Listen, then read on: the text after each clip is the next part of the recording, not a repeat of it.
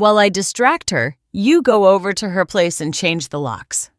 Those words reached my ears like a poisonous whisper in the middle of my birthday lunch. Faith, my daughter, was leaning across the table, speaking into the ear of her husband, Grant. They thought I wouldn't hear them over the murmur of conversations and the clinking of silverware. They thought I was too distracted cutting my chocolate cake. Smiling for the pictures my niece Audrey insisted on taking from every possible angle. But I did hear, and the most awful thing wasn't the betrayal itself. It was the casualness with which they said it, like ordering coffee or commenting on the weather, as if stripping me of my home. The only thing I had built with my own hands over 40 years was as simple as changing the channel on the television. Grant nodded. I saw his eyes dart toward me for a fraction of a second, seeking confirmation that I hadn't noticed anything. Then he got up from the table with an excuse that I didn't even register in my mind. Something about going to the bank, about an urgent errand, about coming back soon. Faith smiled and squeezed my hand over the white tablecloth. "Mom, you're radiant today. 70 years old and you look 50. Lies wrapped in cheap flattery." I watched him walk away down the restaurant aisle, take his car keys out of his pocket, and look once more toward our table. Faith raised her glass of white wine as if in a silent toast, a code between them, a sign that everything was underway. 50 minutes. That's how long it took him to return. During that time, Faith dedicated herself to entertaining me with an almost theatrical dedication. She showed me photos on her phone of my grandchildren, even though I see them every week. She asked about my health, about whether I had renewed my prescriptions, about whether I needed help with the monthly grocery shopping. Every question was a calculated distraction, every smile a perfectly rehearsed mask. Audrey, my niece, was also at the table. She knew nothing. That was evident. She talked animatedly about her new job, about a trip she was planning to Cancun, innocent and oblivious to the drama being performed right in front of her eyes. I played along. I nodded, laughed at the appropriate moments, and sampled every dish they brought. On the outside, I was the compliant grandmother, celebrating another year of life. On the inside, every second felt like an eternity. Every minute a reminder that at that precise instant, someone was trying to steal everything from me. But there was something Faith didn't know, something Grant would discover very soon. When he finally returned, his face said it all. He entered the restaurant like a ghost, his skin so white it seemed to glow. His hands trembled visibly as he gripped the back of his chair. His forehead was beaded with sweat despite the air conditioning that kept the place cool. Faith immediately stood up, alarmed. "What happened? Why did you take so long?" Grant looked at me. Then he looked at Faith. Then he looked back at me. In his eyes was something I had never seen before. Genuine fear mixed with disbelief. He opened his mouth twice before the words finally came out, halting and breathless. Something went wrong. "Your mother, the house." He collapsed into the chair as if his legs had stopped supporting him. Faith leaned toward him urgently, trying to keep her voice low so that Audrey and I wouldn't hear. But I was paying attention. Very close attention. "What do you mean something went wrong? Did you do what we agreed or not?" "I went there, Faith. I went with the locksmith you hired. But when we arrived..." He paused, running his hands over his face in a gesture of absolute despair. "The house is no longer in your mother's name. There are new owners, people who were inside living there. They showed me the paperwork, everything legal, all signed before a notary. The sale was made 3 weeks ago." The silence that followed was deafening. Faith froze, her wineglass halfway to her lips. I watched as her brain processed the information, how her eyes moved frantically, trying to make sense of the impossible. Then slowly her gaze settled on me. I was still smiling, calm, serene.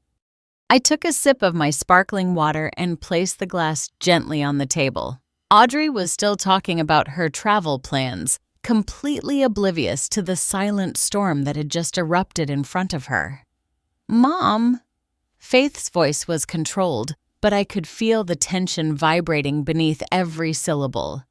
"You sold the house." "Yes, daughter, I sold it."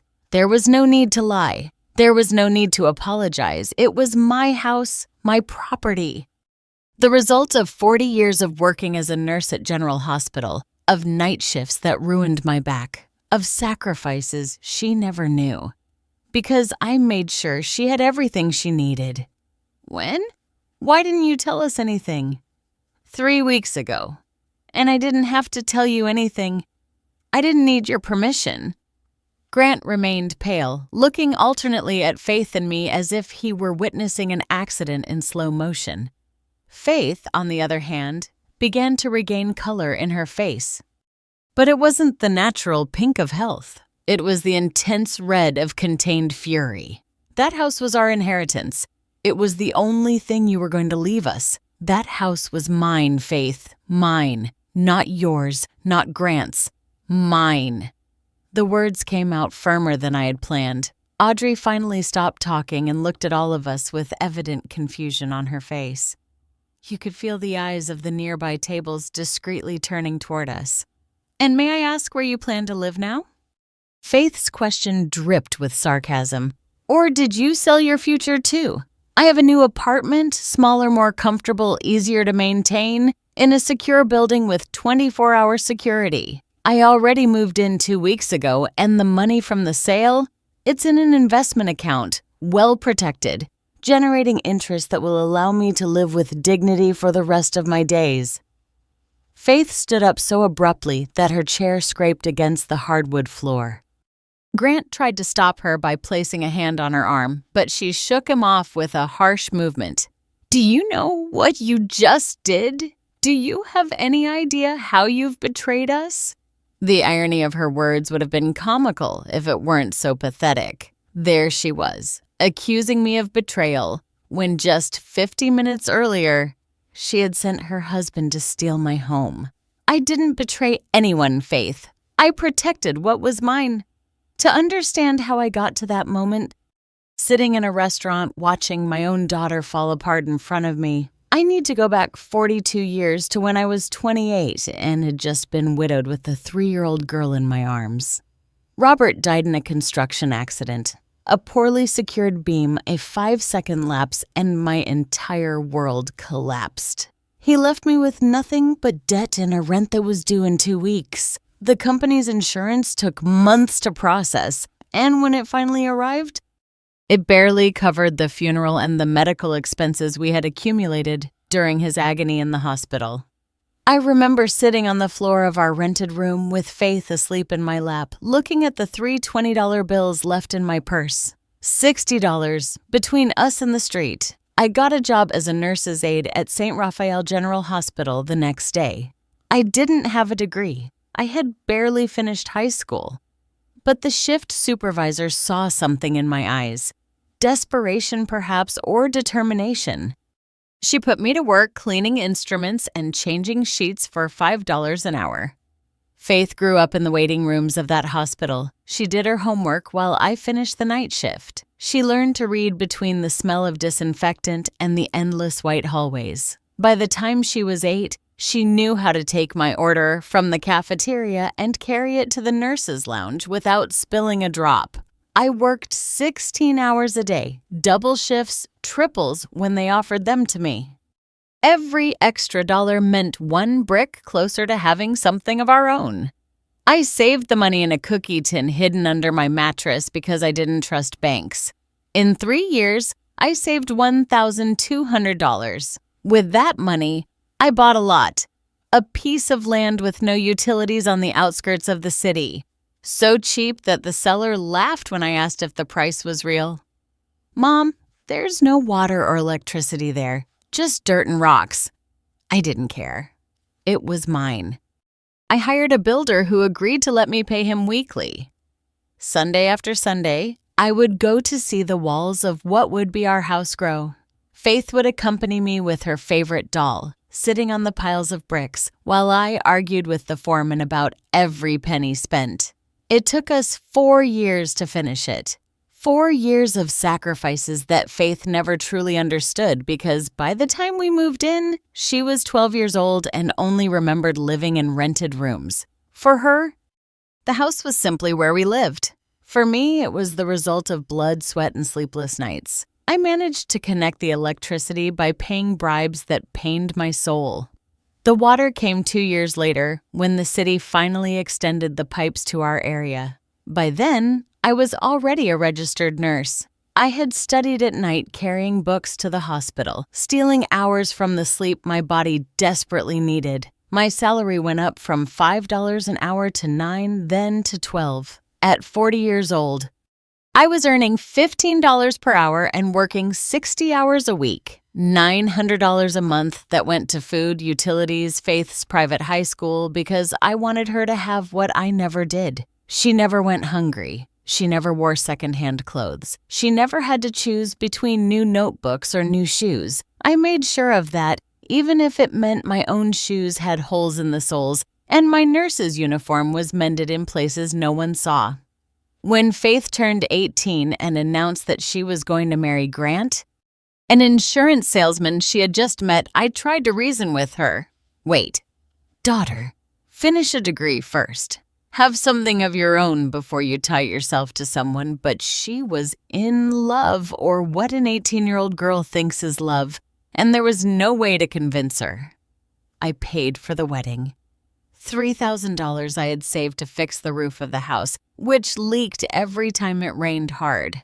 But she was my only daughter, and I wanted to see her happy, so I spent every cent on a white dress, a decorated reception hall, and a meal for 120 guests. Grant turned out to be exactly what he seemed, a mediocre man with big dreams and little capacity. He sold insurance when there were clients, and when he didn't know how, which was most of the time, he lived off Faith's salary, who had gotten a job as a receptionist at a dental clinic. They had 2 children, my grandchildren, whom I loved from the moment they were born. But raising 2 children on a single salary was impossible. So, I helped, always helped. $50 here, $100 there. I paid for school supplies, uniforms, doctor's visits when they got sick. Faith never said thank you. She simply held out her hand and I filled the void with bills that represented hours of my life I would never get back. But the house was always mine. That was never in question. It was in my name. Paid for with my sweat, built brick by brick with my own decisions and sacrifices until Robert died. Not my husband, Robert, who had been under the ground for decades. Robert's brother, my brother-in-law, who had disappeared from our lives when his brother died and only reappeared 35 years later with a lawyer and a lawsuit. He claimed that the land where I built my house had been originally bought by his father, the father-in-law I barely knew, and that technically there had never been a legal division of the inheritance between the brothers. Therefore, 50% of that property belonged to him. He appeared with yellowish papers with stamps that looked legitimate, with a lawyer who spoke in technical words designed to confuse and frighten. He demanded that I sell the house and give him half the money or that I pay him $50,000 for his share. $50,000 that I didn't have. I spent 2 years in court, 2 years paying a lawyer with every cent I could gather, 2 years sleeping 3 hours a night, working extra shifts to cover the legal fees that increased every month like an incurable disease. Faith during that time remained strangely quiet. She didn't offer financial help. She didn't ask how I was coping emotionally. She only showed up every 2 weeks to ask me about the case, about what the lawyers were saying, about the chances of me losing the house. Now I understand why she asked with such interest. The judge finally ruled in my favor. Robert's papers were clumsy forgeries. The land had been bought legally by me with my money without any involvement from my late husband's family. The ruling was clear. The property was 100% mine without any debt or obligation to anyone. But the process cost me $32,000 in legal fees. It cost me 2 years of my life. It cost me my health because I developed high blood pressure from the constant stress. And it cost me something more valuable. It cost me seeing my daughter's true nature. Because when the judge ruled and I walked out of the courtroom crying with relief, Faith didn't hug me. She didn't celebrate with me. She looked at me with something in her eyes that took me weeks to identify. It was disappointment. Disappointment because I had won, because the house was still mine, because her silent plan to inherit it soon had vanished in front of a judge who recognized the truth.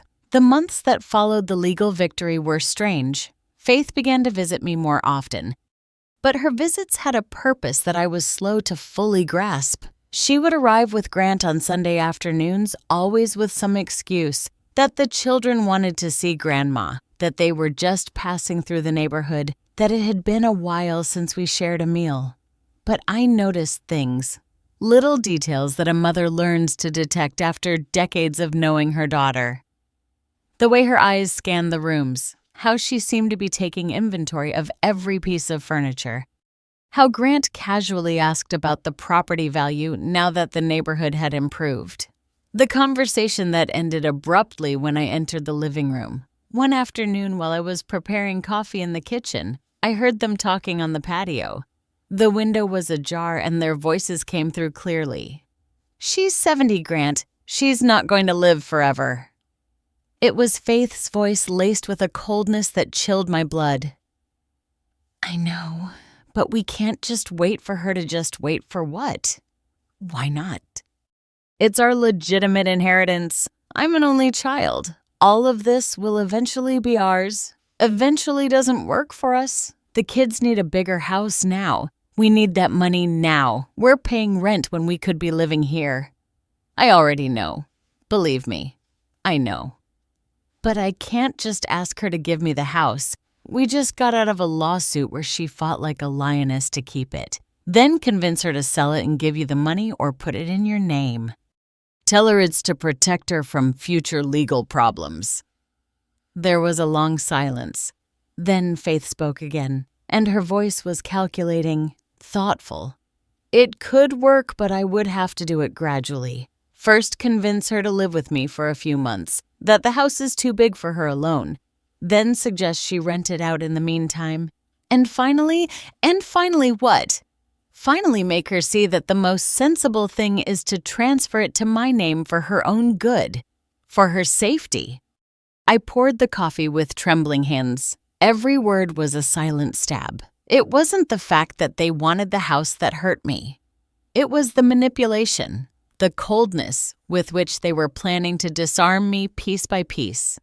I went out to the patio with the tray of coffee and cookies, smiling as if I hadn't heard a thing.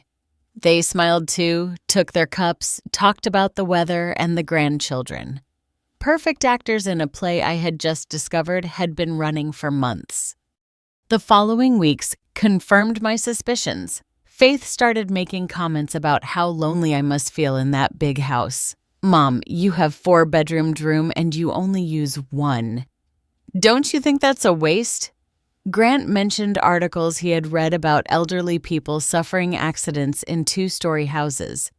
"Stairs are dangerous at your age, Dolores. 1 fall and you could end up in the hospital." Elderly. That word began to appear frequently in their conversations, as if my 70 years had automatically turned me into someone incapable of caring for herself, as if having gray hair and wrinkles meant my brain had stopped working. One night, Faith arrived with a folder full of brochures.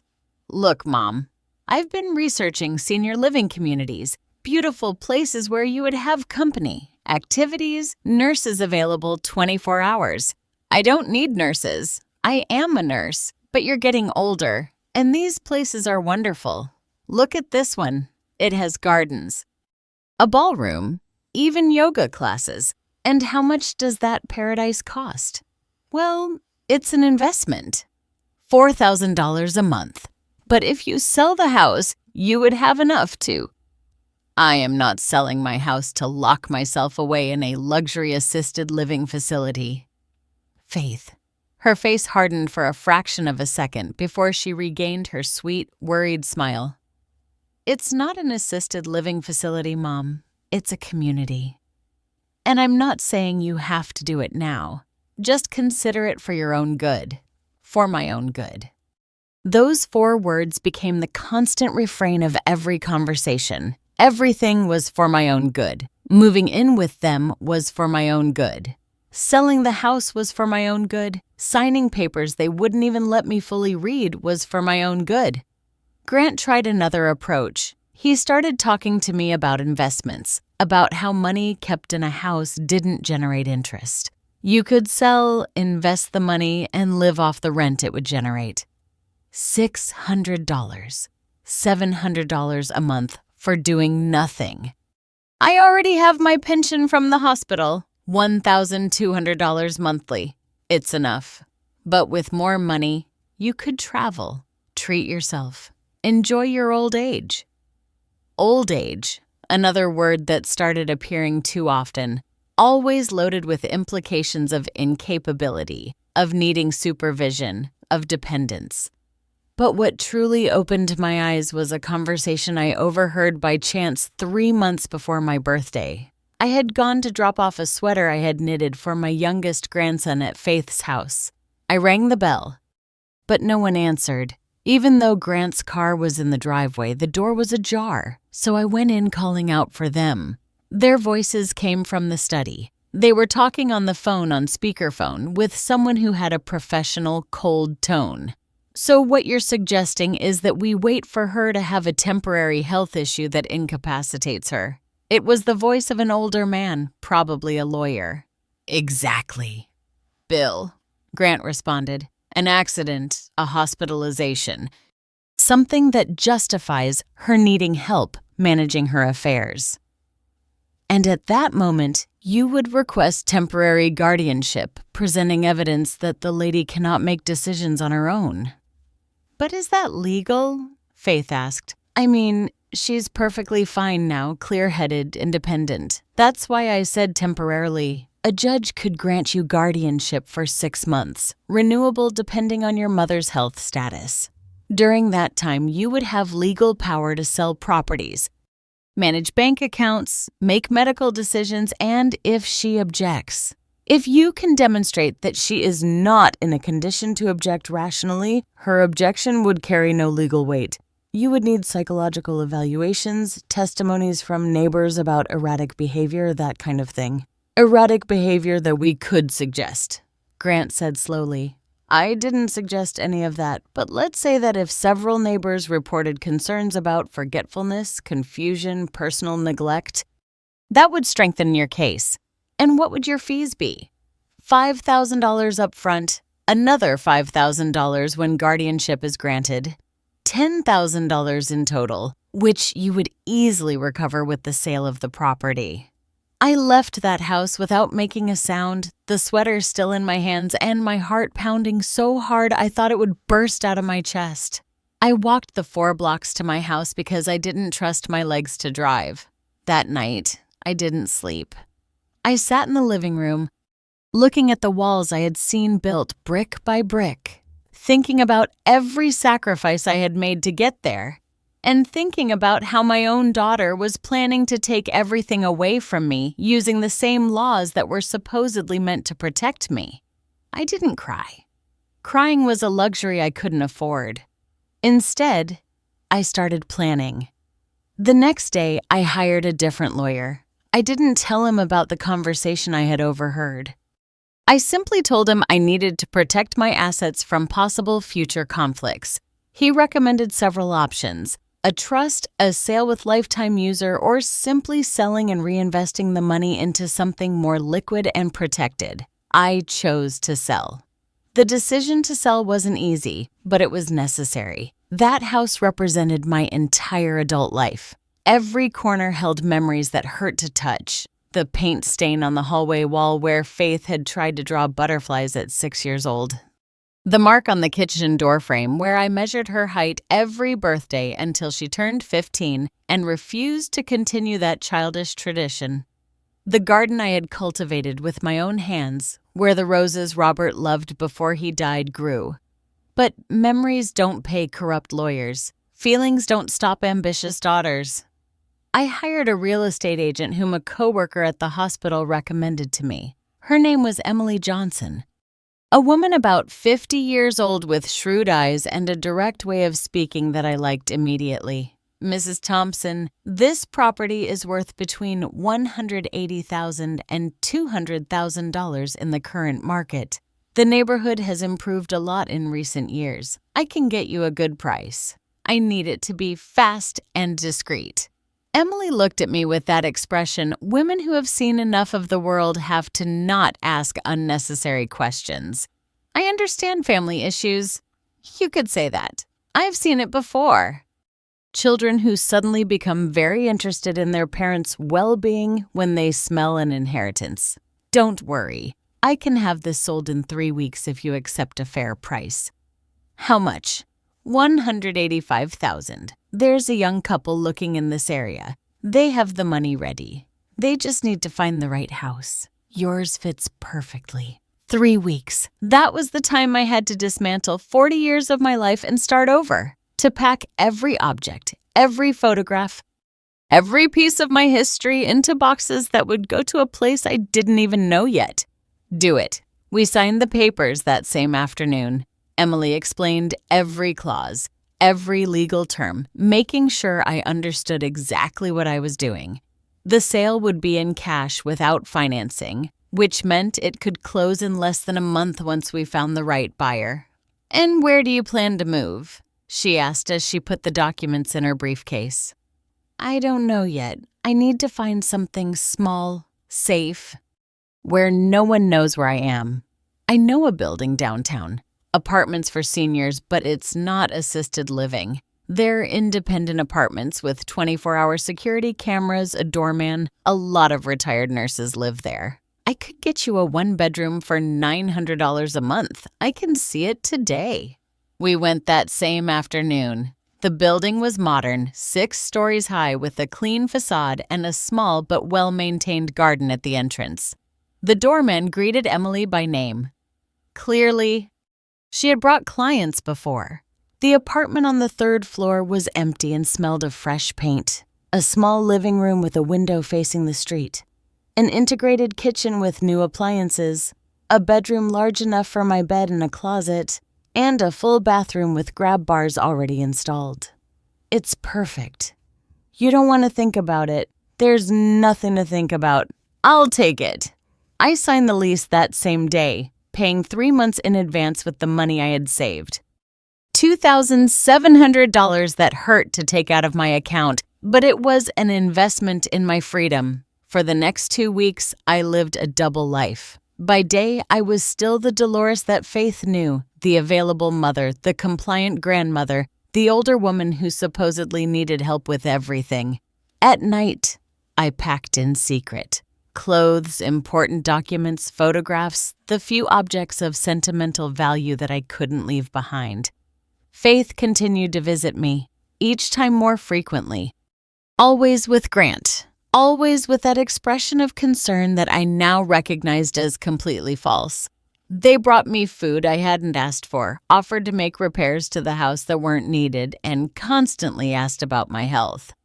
"Mom, you look tired. Are you sleeping well?" "Perfectly, daughter. It's just that you seem distracted lately. Yesterday you called me and said the same thing twice." "Did I? Really?" "I don't remember." I was lying. I knew exactly what she was doing. She was creating her narrative, documenting symptoms they would later use against me. Every visit was a mental record of supposed forgetfulness, confusion, signs of cognitive decline that existed only in her convenient imagination. Grant took photographs. He thought I didn't realize it, but I saw him take out his phone and capture images of the inside of the house, the furniture, the rooms, everything they would later claim as part of the family inheritance that must be preserved. 2 days before the sale closed, Faith arrived with a proposal. "Mom, Grant and I have been thinking. How would you feel about coming to live with us for a few months, just to try it out? You could stay in the guest room. You'd have company. You wouldn't have to worry about the house." And what would happen to this house in the meantime? We could rent it out. Get some extra income that would be good for you. I would take care of finding reliable tenants, collecting the rent, everything. You would just have to enjoy being with your family. It was so obvious it hurt. Once I was living with them, once the house was rented out in Faith's name, it would be a matter of time before they found a way to take it from me permanently. A signed paper here, a supposed medical emergency there, and I would lose everything without even realizing it until it was too late. Let me think about it. There's not much to think about, Mom. It's for your own good. There it was again. For my own good. As if I were incapable of knowing what was best for myself. Give me a week. A week, then? But think about it seriously. You shouldn't be living alone anymore, Mom. At your age, anything can happen. They left that night and I finished packing. Boxes and more boxes of an entire life reduced to cardboard and adhesive tape. I hired a small moving company, one of those that don't ask questions and work for cash. I paid them $300 to move everything to the new apartment on a day when I knew Faith would be working. The sale closed on a Tuesday afternoon at the notary's office. The buying couple, Claudio and Brenda Martinez, were exactly what Emily had promised. Young professionals with a baby on the way, looking for their first home. Their eyes were bright with the start of something new, the same hope I had had 40 years ago when I bought that empty lot. "We will take very good care of your house, Mrs. Thompson," Brenda said with genuine sincerity.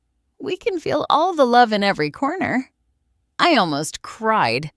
Almost, but I held firm, smiled, and signed every paper the notary put in front of me. The bank transfer arrived in my account while we were still in the office. $185,000, minus Emily's fees, minus the closing costs. I was left with $172,000 clear. "What do you plan to do with the money?" the notary asked as he sealed the final documents. "Invest it in something that will give me peace." That same afternoon, I opened 3 different accounts. A long-term investment account that would generate modest but secure interest, an emergency savings account with $50,000 that no one could touch without my personal and physical authorization at the bank, and a normal checking account for my monthly expenses. Everything under my name only. No beneficiaries, no co-signers, no way for anyone else to access that money, even if I were declared incapacitated. The lawyer I hired made sure every account was protected with specific instructions. In case of illness or incapacity, the bank had to contact my lawyer directly, not any family member. Any attempt at guardianship or power of attorney would have to go through him first, and he had strict instructions to fight every request, as if his life depended on it. It cost me another $2,000 in legal fees, but it was worth every cent. The move to the new apartment was almost anticlimactic.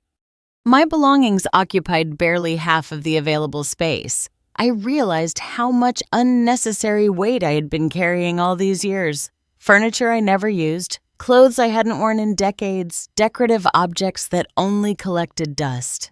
My new life in the apartment began with a silence I hadn't experienced in years. It wasn't the empty silence of loneliness, but the silence filled with possibilities. Every morning I woke up knowing that this space was completely mine, that no one would come to comment on how I decorated it or to suggest it was too big for me. But I knew the silence wouldn't last. Faith would eventually notice something, and I had to be prepared for that moment. During the first week in my new home, I established a routine. I had breakfast at the small table by the window, watching the city wake up. I went for a walk in the nearby park every morning, meeting other women my age who had also chosen to live independently. In the afternoons, I read or watched television without the constant pressure of wondering when the doorbell would ring with another casual visit from my daughter. I had given my new phone number only to my lawyer and Emily. I kept my old phone active, but I left it in the nightstand drawer, checking it only once a day for Faith's messages. They were predictable in their falseness. Mom, I stopped by your place today, but you weren't there. Where are you? Mom, I need to talk to you about what we discussed. When can I visit you? Mom, I'm worried you're not answering my calls. Are you okay? I didn't answer immediately. I waited a few hours, sometimes an entire day, before sending short, vague replies. I'm fine, daughter. Busy with some personal matters. Nothing that gave her real information. Nothing that allowed her to track what I was really doing. 2 weeks passed, then 3. Faith began to get impatient. Her messages became more insistent, more demanding. Mom, I need to see you. It's urgent. We have to talk about your future. My future? As if she had any right to decide about it. It was Grant who finally showed up at the house, or what had been my house. Claudio Martinez called me one afternoon, confused and slightly alarmed. Mrs. Thompson, there's a man here who says he's your son-in-law. He's demanding to come in. He says he needs to pick up some of your things. I explained that the house is no longer yours, that we bought the property legally. But he insists there must be a mistake. There is no mistake, Mr. Martinez. The house is completely yours now. My son-in-law has no right to it or to anything inside. If he continues to bother you, call the police. Are you sure? He seems very upset. Completely sure. Mr. Martinez, it is possible that in the coming weeks more people will appear making similar claims. Please do not let them in. All the sale documents are in order. You have nothing to worry about.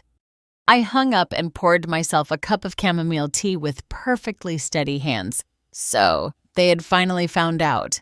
I wondered how long it would take them to find me.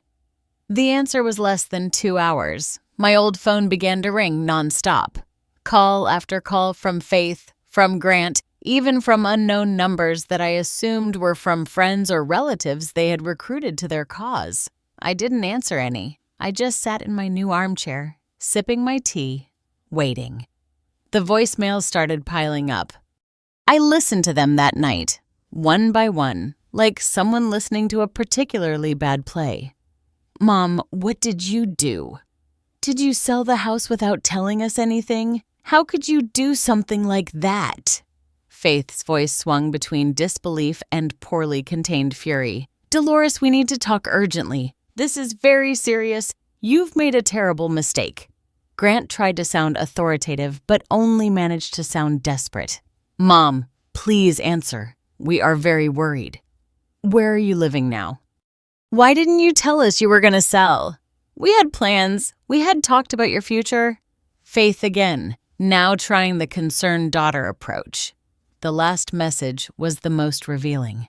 Faith had stopped pretending. You know what, Mom? This is not going to stand. That house was our inheritance. We worked for that.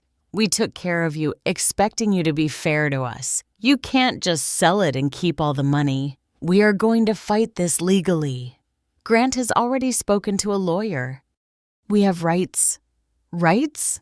What an interesting word coming from someone who had planned to strip me of mine.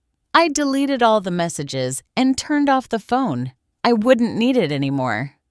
The next day, Faith showed up at the hospital where I had worked for 40 years. She asked for me at Human Resources. She demanded to know if I had any updated contact information in my files. The shift supervisor, who knew me well, politely explained that that information was confidential and that if I hadn't shared my address with her, the hospital couldn't do it. She's my mother. She's 70 years old. She's sold her house and no one knows where she is. She could be in danger. Faith had perfected her distressed daughter tone. Your mother worked here for 40 years. I know her personally. She is one of the most capable and intelligent women I have ever met. If she decided not to share her location with you, I am sure she has her reasons. The supervisor didn't let herself be manipulated. I found out about this conversation because the supervisor called me that same afternoon on my new number, laughing. Dolores, your daughter came in today making a scene. Is everything all right? Do you need help? Everything is perfectly fine. Hortense, just a daughter who can't accept that her mother still has the right to make her own decisions. Ah, one of those. I had a similar one. They wanted to put me in assisted living to get my house.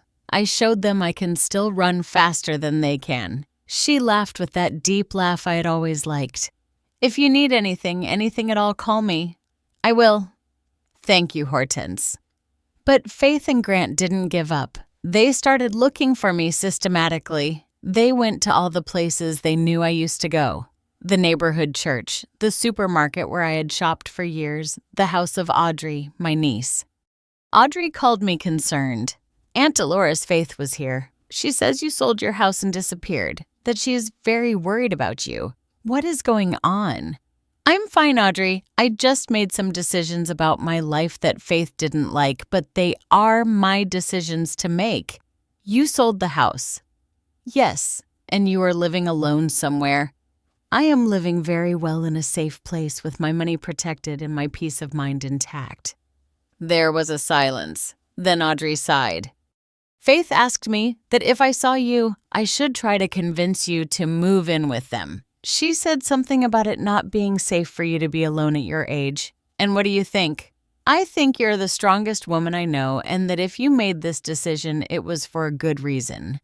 But I also think Faith is really upset. She says you are going to fight this legally. Let her. She has no legal basis. Aunt, what really happened? Faith has always been complicated. I know. But this seems more serious. I told her not everything, but enough. The conversation I had overheard about guardianship, the plans to manipulate me, the corrupt lawyer willing to help them strip me of my autonomy and my assets. Audrey was silent for a long time. When she finally spoke, her voice trembled with a mixture of rage and sadness. I can't believe she's capable of that. She's your daughter. Precisely why it hurts so much. What are you going to do now? Nothing. I already did what I had to do. I protected my assets, secured my independence, and now I'm going to live the rest of my life in peace. What Faith does or doesn't do is no longer my problem.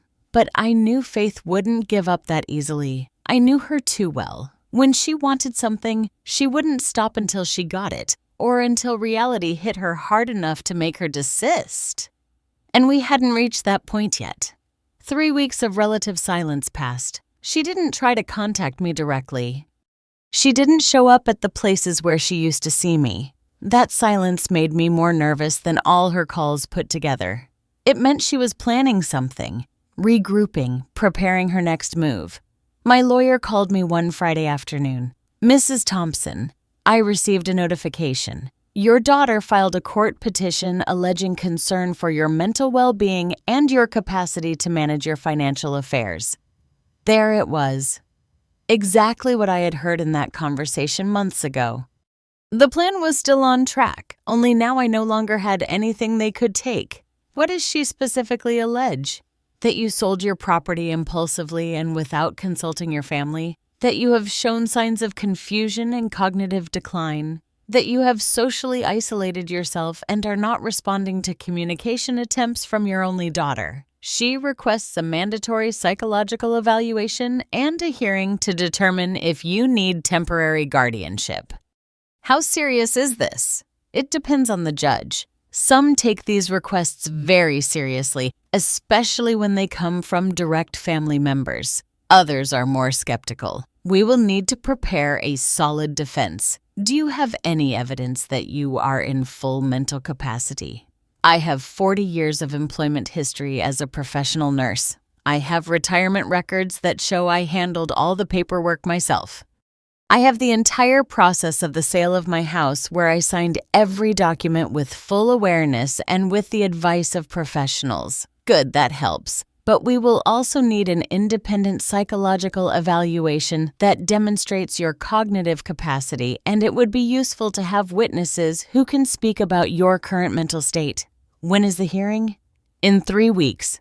But before that, the judge ordered a visit from a social worker to your current residence to assess your living conditions. Of course, they wanted to see where I lived, how I lived, to look for any evidence of personal neglect or inability to care for myself. It was part of the strategy I had heard months ago. Faith knows where I live, not according to the document she presented. She alleges that she has no knowledge of your current whereabouts, which she uses as additional evidence of your supposed mental decline. She says, a person in their right mind would not disappear without leaving an address for their only family. How convenient. Mrs. Thompson, I need to ask you something important. Is there any possibility that your daughter is right? Any moment of real confusion, any significant forgetfulness, anything she could use against you? I'm 70 years old, not 30.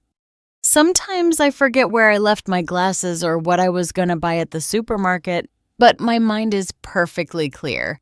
I sold my house because I discovered my daughter planned to steal it from me. I moved without telling her because I don't trust her. Those are not the actions of a confused person. They are the actions of a person protecting herself. Then that is exactly what we will say at the hearing. The psychological evaluation was 3 days later. Dr. Francis Williams was a forensic psychiatrist with 30 years of experience evaluating mental capacity in legal cases. He gave me tests for memory, logical reasoning, and temporal and spatial orientation. He asked me to solve math problems, recall lists of words, and explain the meaning of common sayings. Mrs. Thompson, your results are well above average for your age. There is no evidence of cognitive decline, dementia, or mental incapacity of any kind. Your short-term and long-term memory work perfectly. Your reasoning ability is excellent. From a clinical point of view, you are completely capable of managing your own affairs. Can you put that in writing? I already have. My report will be available to the judge before the hearing. The social worker arrived at my apartment on a Tuesday morning. She was a young woman, probably about 35 years old, with a tablet in her hand and a professionally neutral expression. Mrs. Thompson, I am Emily Miller, social worker assigned by the court. I need to ask you some questions and observe your current living conditions. Please come in. She toured the apartment slowly, taking notes. She checked the kitchen, the bathroom, the bedroom. She opened the refrigerator and saw that it was well stocked with fresh food. She checked the medicine cabinet and saw my medications were organized and current. She observed that the apartment was clean, organized, and tastefully decorated. You live alone here? Yes. Who helps you with shopping, cleaning, food preparation? No one. I do it myself. Do you have any difficulty performing these tasks? None. I was a nurse for 40 years. I know how to take care of myself perfectly. Why did you move from your previous home? Because I discovered that my daughter planned to take it from me using questionable legal means. I sold the property to protect my assets and moved here to have peace. Emily looked up from her tablet, her eyes showing genuine interest for the first time. That's a serious accusation. It's the truth. I overheard a conversation between my daughter, her husband, and a lawyer discussing how to obtain guardianship over me based on supposed mental problems that I do not have. I took preventative measures. Do you have any evidence of that conversation? My word and the fact that they are now doing exactly what they planned to do, requesting guardianship based on false allegations of incapacity. Emily wrote for several minutes. Then she asked me more questions about my daily routine, my social activities, my physical health, my finances. I showed her my bank statements, my rent payment receipts, my updated medical records. Mrs. Thompson, I have to tell you that I have evaluated dozens of cases like this. Most are genuine situations where an older person needs help, but some, she paused, some are family members trying to take control of assets before it is legally appropriate. And what do you think my case is? I believe you are perfectly capable of living independently and managing your own affairs. My report will reflect that. 2 weeks later came the date of my 71st birthday. I hadn't planned to celebrate it. The idea of partying while facing a legal battle with my own daughter seemed absurd. But Audrey insisted. And you can't let Faith steal your birthday too. We'll have a small lunch, just the two of us if you want. But you have to celebrate making it to 70 and still being the owner of your own life. She was right. So I accepted, but with one condition. I would choose the restaurant and only give her the address that morning. I didn't want to risk Audrey without meaning to saying something to Faith. I chose a small restaurant downtown near my apartment, a cozy place where the food was good and the atmosphere was quiet. I arrived early and asked for a table near the window. Audrey arrived on time with a small chocolate cake and a sincere hug. Happy birthday, Aunt. 70 years of being the strongest woman I know. We ordered food, chatted about her life and her travel plans that had finally come together. It was nice to have a normal conversation without tension, without hidden agendas. We were about to order coffee when I saw something that chilled my blood. Faith walked into the restaurant with Grant. It wasn't a coincidence. The way Faith scanned the restaurant with her eyes, the way Grant walked half a step behind her, the determined expression on her face, they had come looking for me, and somehow they had found out where I would be. My gaze locked on Audrey, who instantly pulled. Aunt, I didn't. She called me this morning and asked if I knew anything about you. I told her no, but her voice broke. She checked my phone. She must have done it while I was in the bathroom at her house yesterday. She saw your messages. I'm so sorry. I didn't have time to respond. Faith had already reached our table. Mom, what a surprise to find you here. Her voice dripped sarcasm.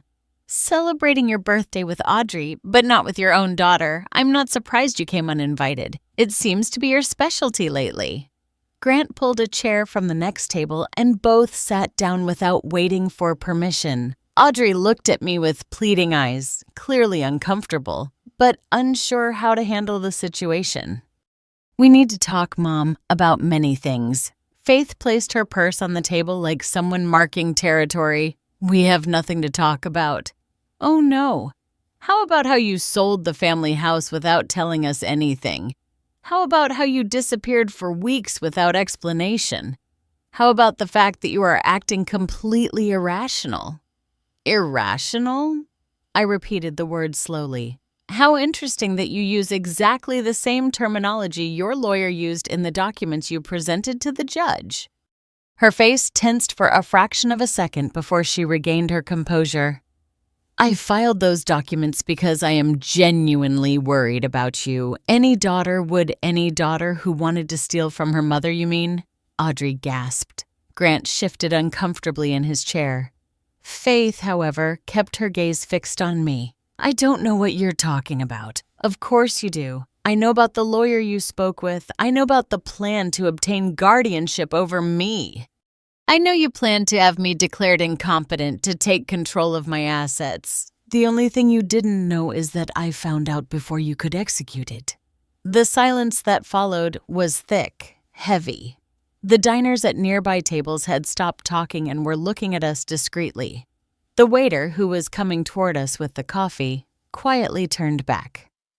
You're paranoid, Faith finally said.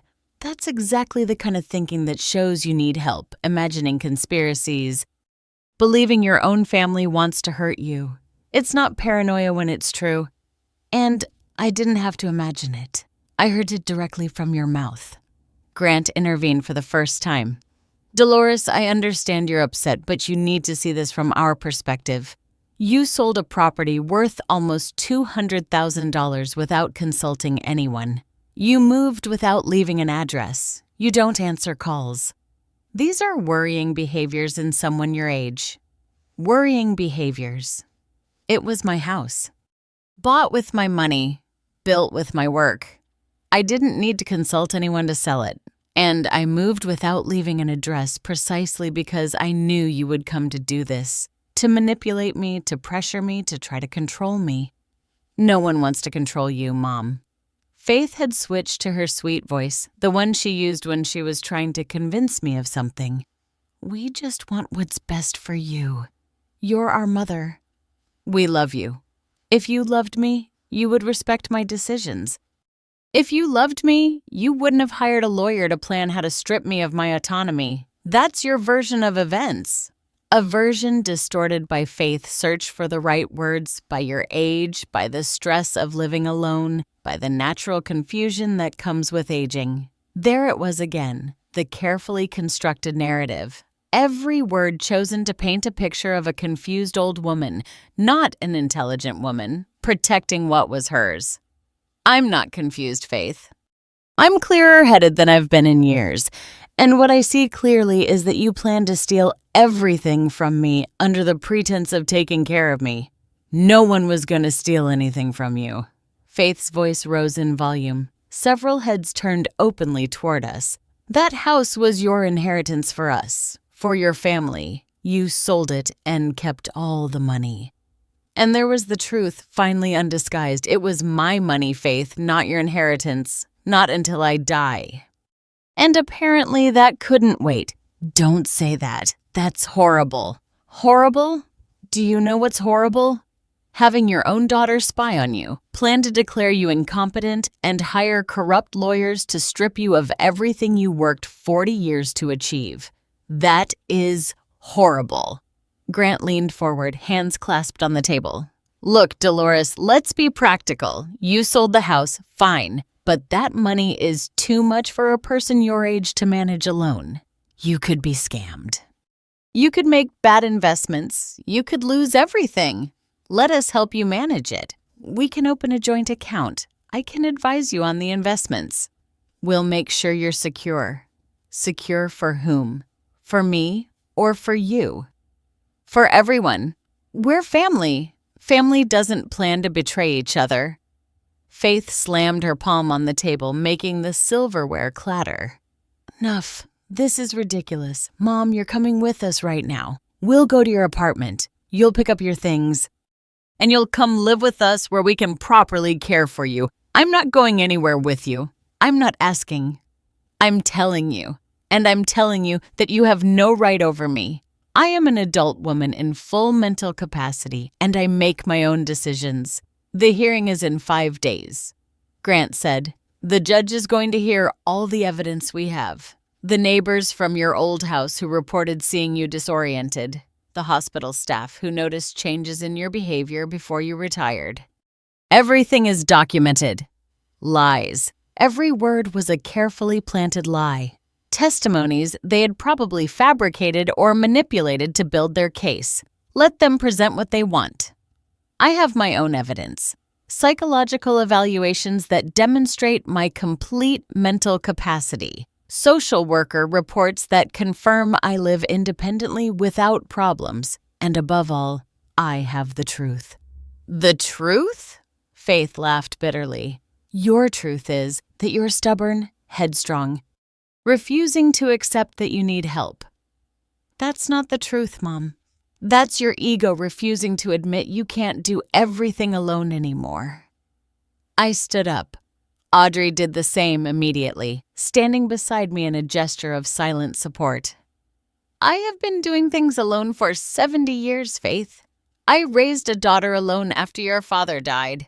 I built a house alone. I made my way in a profession alone, and I am going to end my days alone. And that means keeping my dignity intact. Mom, please. For the first time, Faith's voice trembled with something that might have been genuine emotion. Or maybe it was just frustration that her plan had fallen apart. It doesn't have to be this way. We can fix this. You can what? Can you stop trying to control me? Can you respect that I am the owner of my own life? No, Faith, you can't because you never saw me as a person with the right to decide. You only saw me as a source of resources you would eventually inherit. I took out my wallet and left 3 $20 bills on the table, enough to cover Audrey's and my bill with a generous tip. Happy birthday to me, I said without emotion. Audrey, let's go. This isn't over, Dolores.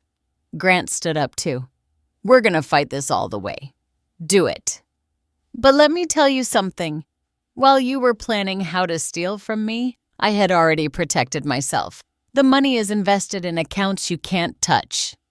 My apartment is in the name of a corporation of which I am the sole beneficiary, and I have clear legal instructions on what to do if you try to declare me incompetent. That sounds like paranoia, Mom. You don't see it. It sounds like intelligence, daughter. Something you clearly underestimated in me. We left the restaurant under the gaze of everyone present. The 5 days until the hearing were the longest of my life. Not out of fear, but out of the anticipation of finally being able to tell my truth in front of someone with the authority to make Faith and Grant understand that they had lost. My lawyer, Dr. Chris Miller, prepared me exhaustively. We went over every detail of my case, every document, every piece of evidence. He taught me to remain calm no matter what accusations they made, to respond clearly and precisely, and not to let myself be emotionally provoked. They are going to try to paint you as a confused and stubborn old woman, he warned me. Their strategy depends on making the judge see you as someone incapable of making rational decisions. You have to prove the exact opposite with every word you say. It won't be difficult. I just have to be myself. Exactly. Be yourself. The woman who built a life from scratch, who worked 40 years as a nurse, who made intelligent decisions to protect her assets. That is the woman the judge needs to see. The morning of the hearing, I dressed carefully. A gray suit I had bought especially for the occasion. Discreet but elegant, comfortable but formal shoes, light makeup that highlighted my face without exaggeration. I wanted to look exactly like what I was. A 70-year-old woman in full control of her faculties. I arrived at the courthouse half an hour before the scheduled time. Dr. Miller was already there reviewing documents in his briefcase. He greeted me with a reassuring smile. Ready? More than ready. Faith and Grant arrived 15 minutes later with their lawyer, a man about 50 years old with an expensive suit and a shark-like expression. His name was Harvey Black, according to his identification badge. They didn't look at me directly, but I could feel their eyes assessing me, looking for any sign of weakness they could exploit. The courtroom was small, formal, with dark wood paneling and the smell of old paper. The judge entered promptly. A man about 60 with gray hair and thick glasses, he introduced himself as Judge Robert Smith. Good morning. We are here to evaluate the petition for temporary guardianship filed by Ms. Faith Thompson over her mother, Mrs. Dolores Thompson. We will proceed with the testimonies. Attorney Black, you may begin. Harvey Black stood up and began his presentation in a firm, authoritative voice. Your Honor, we are here because a concerned daughter has noticed alarming changes in her mother's behavior. Mrs. Dolores Thompson, 70 years old, has made impulsive and irrational financial decisions that put her future well-being at risk. She sold her family property valued at nearly $200,000 without consulting her only family. She moved without leaving a contact address. She has cut off communication with her daughter. These are behaviors that suggest cognitive decline and a need for supervision. I remained seated, calm, my hands in my lap. Dr. Miller had warned me this would be their approach. Let them speak first. Let them show their hand before presenting our defense. We have testimonies from neighbors who reported erratic behavior. Mrs. Thompson was seen wandering her neighborhood at odd hours. She seemed confused about what day it was, forgot conversations she had had days before. Lies. All lies, but said with such conviction that someone who didn't know me might believe them. Furthermore, Your Honor, social isolation is a classic symptom of mental decline in elderly people, Mrs. Thompson has rejected all attempts by her family to help her, to maintain contact, even to know where she lives. This rejection of family support is deeply concerning. The judge listened intently, taking occasional notes. His expression was neutral, impossible to read. We request that temporary guardianship be granted to my client to protect her mother's interests. It is not about controlling her. but about ensuring that the decisions she makes are in her best interest and are supervised by someone who loves and cares for her. When he finished, the judge turned to Dr. Miller. Defense. My lawyer stood up calmly without rushing. Your Honor, what we have heard is a carefully constructed narrative to justify the control of a perfectly capable woman's assets. My client is not a confused old woman. She is a retired professional with 40 years of experience as a nurse, with an impeccable history of managing her own affairs and with completely intact mental capacity. He placed several documents on the judge's table. Here we have the psychological evaluation from Dr. Francis Williams, a certified forensic psychiatrist. The results show that Mrs. Thompson has cognitive capacity far above average for her age. There is no sign of dementia, mental decline, or inability to make decisions. The judge reviewed the documents carefully. We also have the report from social worker Emily Miller, who visited my client's current residence and found her living completely independently in optimal conditions. Her apartment is clean, organized, well-maintained. She manages her own finances, her own nutrition, and her own personal care without any difficulty. Dr. Miller paused, letting the information sink in. The truth, Your Honor, is that Mrs. Thompson discovered her daughter planned to gain control of her assets using the exact mechanism we are seeing today, a petition for guardianship based on false allegations of incapacity.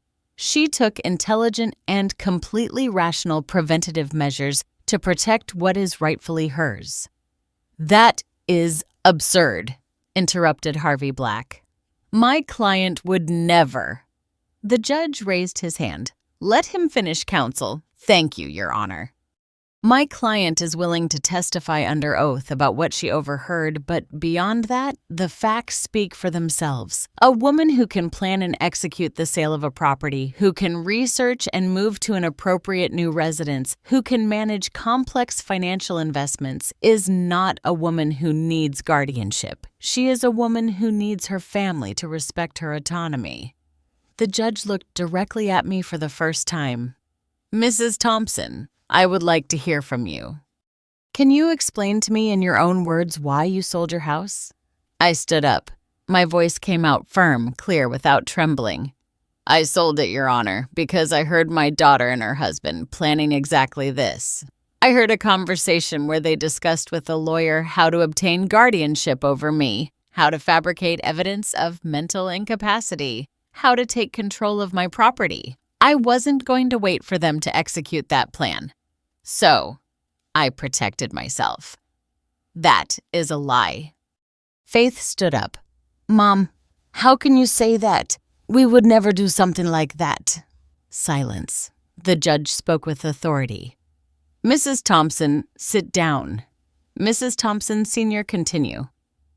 I worked 40 years as a nurse at St. Raphael General Hospital. I raised my daughter alone after being widowed. I bought a lot and built my house with my own money, brick by brick. I defended that property in a lawsuit that cost me 2 years and $32,000. I am not a woman who makes impulsive decisions, Your Honor. Every decision I have made in my life has been calculated and thought out. And your daughter, do you not believe she could be genuinely concerned about you?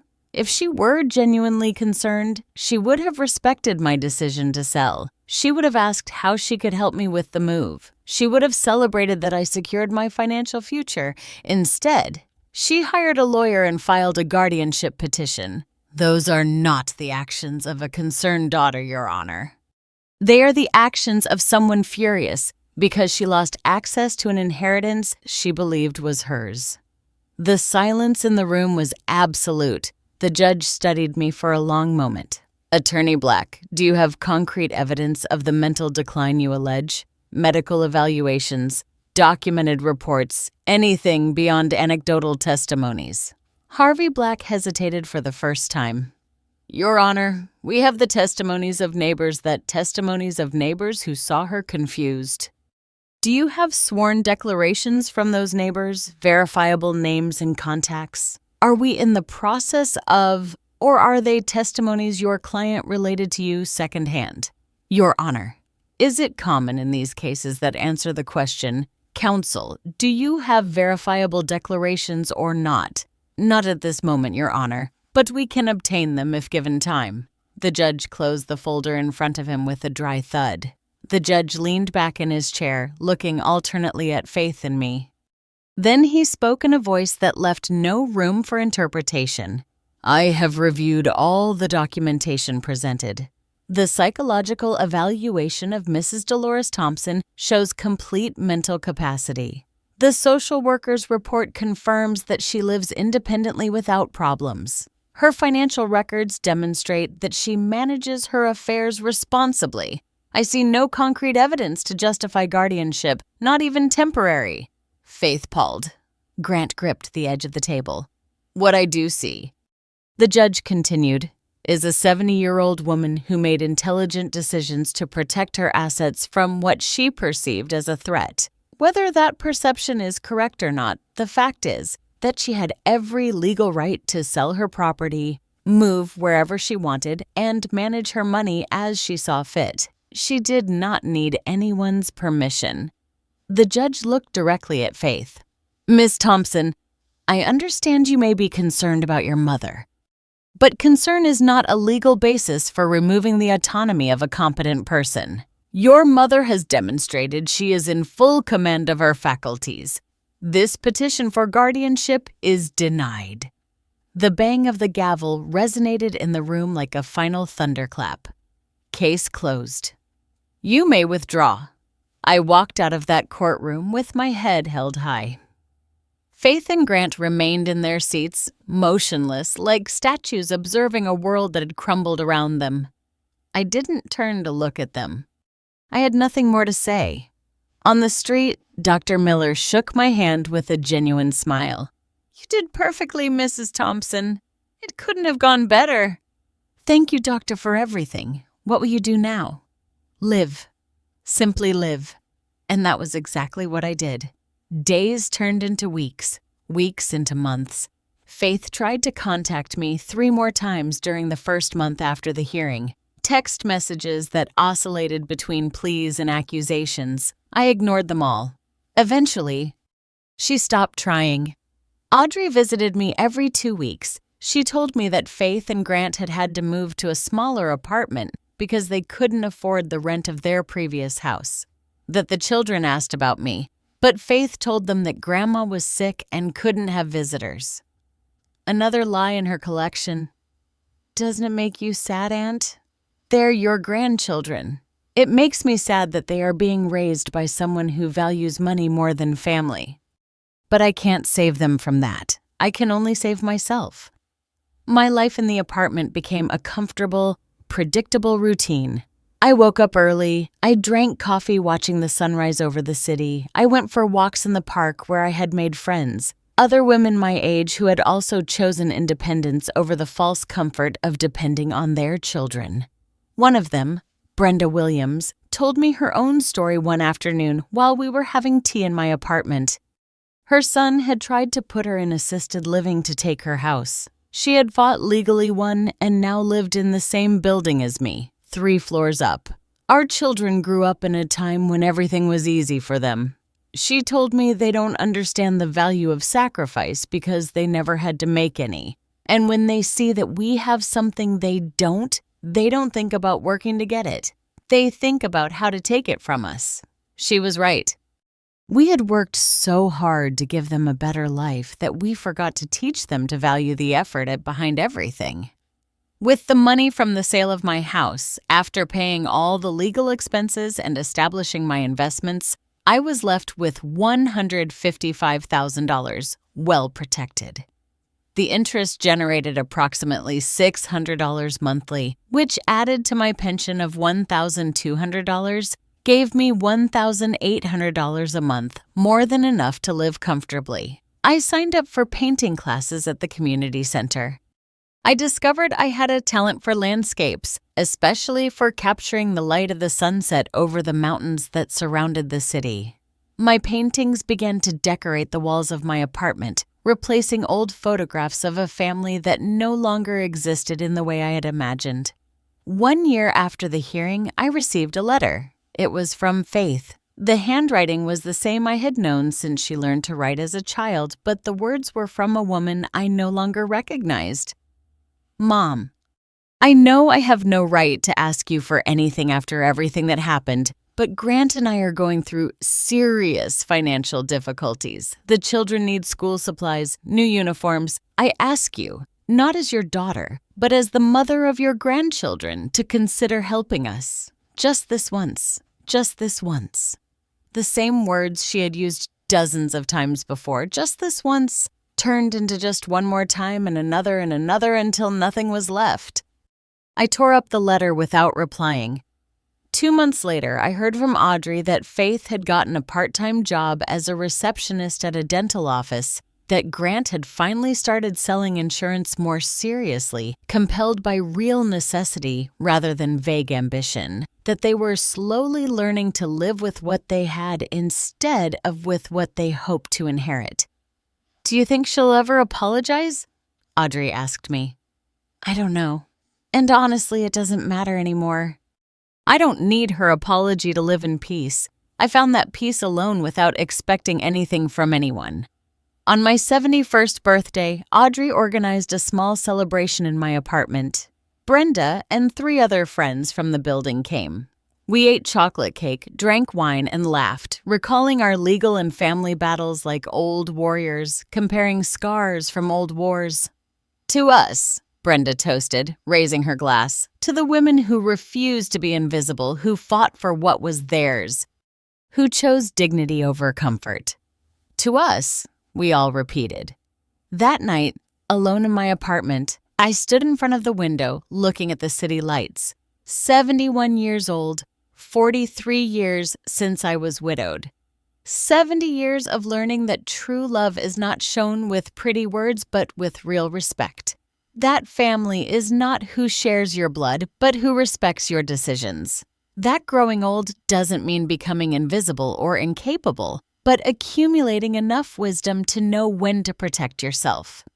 I thought about the house I built, the bricks I laid one by one, the walls that watched my daughter grow up. I thought about how I had feared losing it, how that fear almost paralyzed me. And I thought about how in the end, losing it was what saved me. Because I discovered that what really mattered wasn't in those walls, it was in me.